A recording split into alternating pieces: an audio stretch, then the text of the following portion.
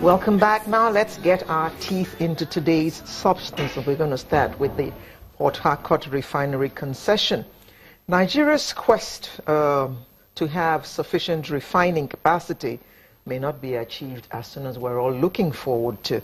Meanwhile, controversy has continued to trail the proposed takeover of the Port Harcourt Refinery by Oando.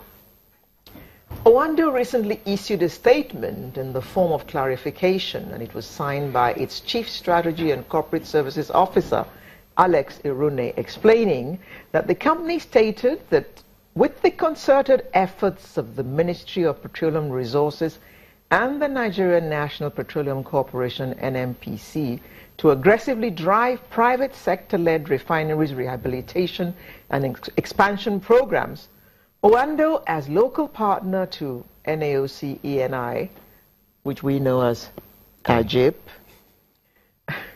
will support the active rehabilitation of the Port Harcourt Refinery on activities of terminaling, logistics, structuring, and funding.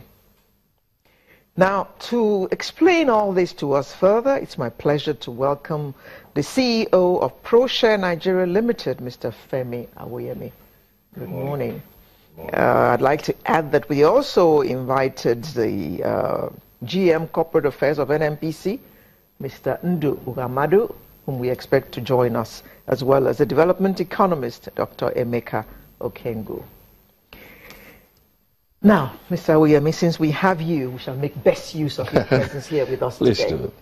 Now, what is the controversy about this? This thing's been going on for what? About 3-4 years? Perhaps and it's decades. It's supposed to be concluded in July of this year. So, whence cometh the controversy at this point in time? Okay, so let's start with what we know, and then we go to what we do not know.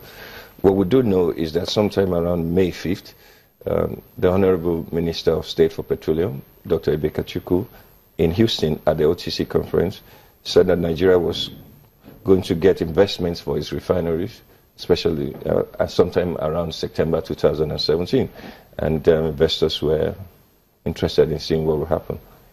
On May 9th, Dr. Emeka Chukwu made an announcement that AGIP, a subsidiary of the Italian giants, ENI, had committed to repairing the Port Harcourt refinery under what he considered a $15 billion investment that would also include the building of a 150,000 barrels refinery and a power plant.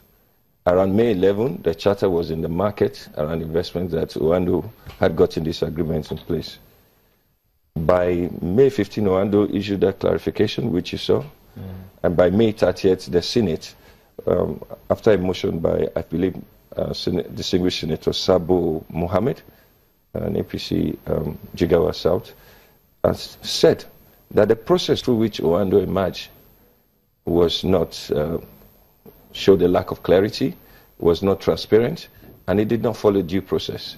He even made an attempt to say that it did not comply with the Public Procurement Act. That is what we know. So the question is, why would they stop that investment which is supposed to benefit Nigerians?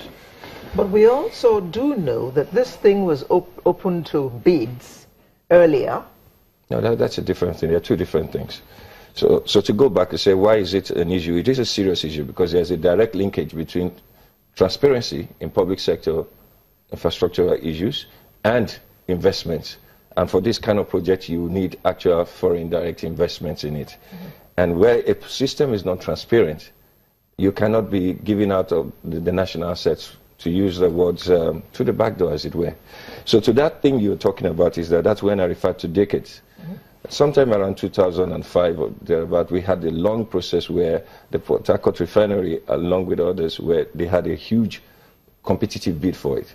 There was an initial process of about 4 people who were qualified, but then all 4 were later on also found not to have done very well.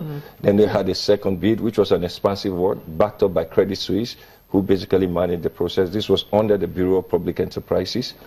And this whole process went for about 2 years. And it ended up in 2007, whereby they gave to Blue Star, which was a consortium put together by Transcorp, I believe. The Yar'Adua government came in, and then they basically just reversed it. And then Blue Star was given out, and so Nigeria came back to this situation where we're in. So the large argument is this.